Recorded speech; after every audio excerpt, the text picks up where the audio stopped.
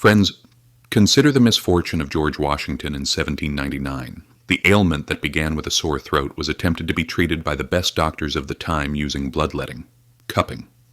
The result? Death 2 days later.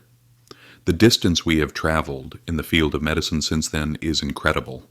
Our average lifespan is longer now, and we no longer die from a common infection.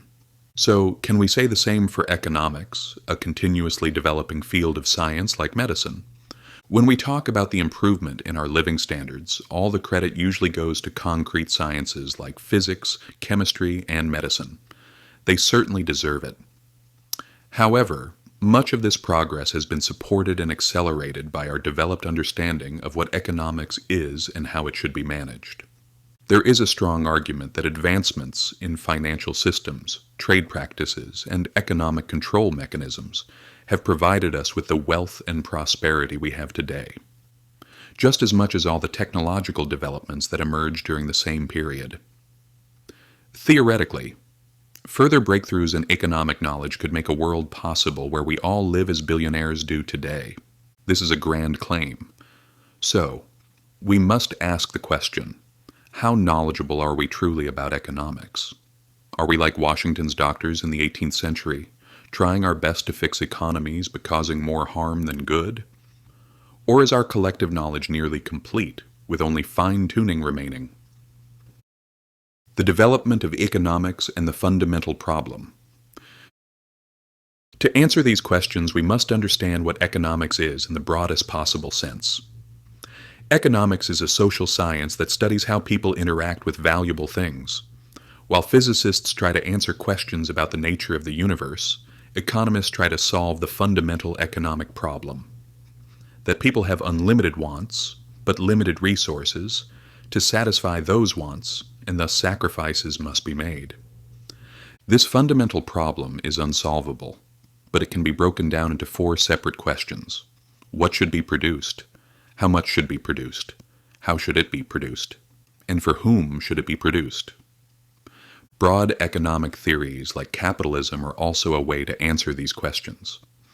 Capitalism advocates that what is produced, in the quantity demanded by the market, in the most efficient and cost-effective way possible, should be given to those who are willing and able to pay. It is a highly efficient system in allocating resources and promoting greater resource use to improve the welfare of its participants. However, capitalism stumbles when answering questions about what to do with things that have negative value, things like trash, chemical waste, or most importantly, greenhouse gas emissions. Do not have a real mechanism in the market system to automatically assign the cost of these substances to the parties that produce them without government intervention. The capitalist system is poor at dealing with these externalities. Furthermore, with aging populations, our systems need to produce solutions for individuals who cannot work or cannot generate more value than they consume. Capitalism is good at answering some questions, but it leaves big gaps when answering others. Capitalism, the geocentrism of economics. We can draw an interesting analogy here. Could capitalism be to economics what geocentrism, the theory that the Earth was the center of the universe, was to astronomy? Geocentrism answered most of the questions people had about the sky and worked for navigation. Of course, there were small inconsistencies in the movement of celestial bodies, but these were patched up with various temporary fixes. Sounds familiar, right? Capitalism largely works in resource allocation, but it has major inconsistencies like externalities. Remember, this has happened before. Mercantilism was the system that governed the global economy before economics even became an academic discipline. The main idea was to export as much as possible while importing as little as possible, thus accumulating as much gold as possible. For that era, it made sense because gold was a universally accepted store of value. However, the study of economics showed that free trade and cooperation generate far more wealth than a single nation hoarding gold. The economic advances of thinkers like Adam Smith were essential. Without them, the global supply chain, involving dozens of countries and millions of workers in the production of the complex technologies we use today, would not be possible. Today's economies are richer thanks to the teachings of people like Keynes, who showed that the business cycle can be managed by governments, and that economies can grow even wealthier over time by capitalizing on both natural booms and busts. Most economists in power today adhere to the neo-Keynesian school of economics, which finds ways to create prosperity by effectively managing debt, employment, inflation, taxation, and supply-side output. The limitations of economics in the future. It is easy to think that economics is solved and that we will never again experience a massive surge of wealth, as happened during the transition from mercantilism. But of course, we don't know what we don't know.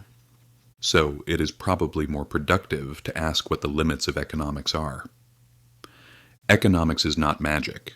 It cannot create wealth where none exists.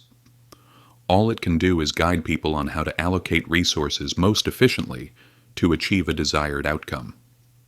It cannot predict the future. Economists try to predict the future, but it is impossible. Just as a doctor cannot know a patient's future health, economists should not be expected to predict the future. Instead, they should make recommendations about the present to encourage economic growth and mitigate negative outcomes. It is incredibly difficult to study. It is very hard to examine and verify economic theories because you cannot create an economy in a laboratory. National economies will not change how they operate to test a theory that, if it fails, could potentially ruin the lives of millions of people.